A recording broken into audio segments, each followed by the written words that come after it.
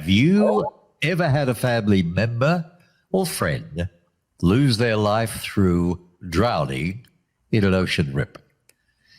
I have, and it's sad, very sad, that maybe it didn't have to be. Well, I was on my first competitive swim team at 5 years old, and then I took my first lifeguarding, CPR, and first aid class at 7 years old. The way I got into lifeguarding was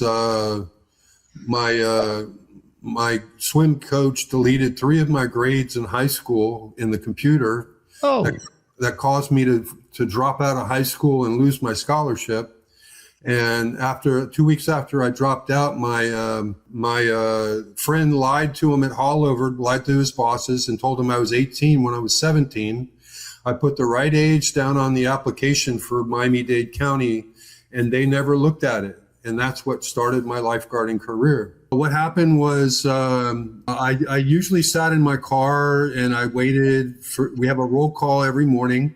I would try to get there about 5 minutes before every morning. right. One morning I walked in 20 minutes early, and there was a phone call from the fire department saying that somebody was drowning at 50th Street, and this was 10th Street headquarters.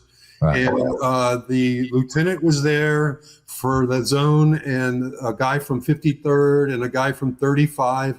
And I was sitting at 46th Street, and we all jumped in the truck, took off up there, and there was only 2 buoys in the truck. And I was the junior guy, and I didn't get a buoy.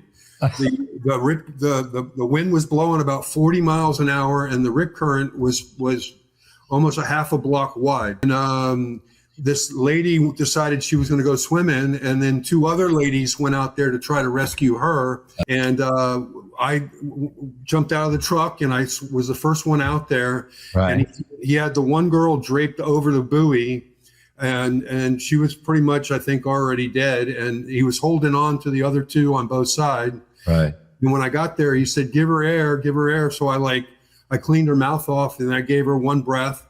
And when the other lifeguard showed up, I said, let me have her. And I took her straight to shore and gave her to fire rescue.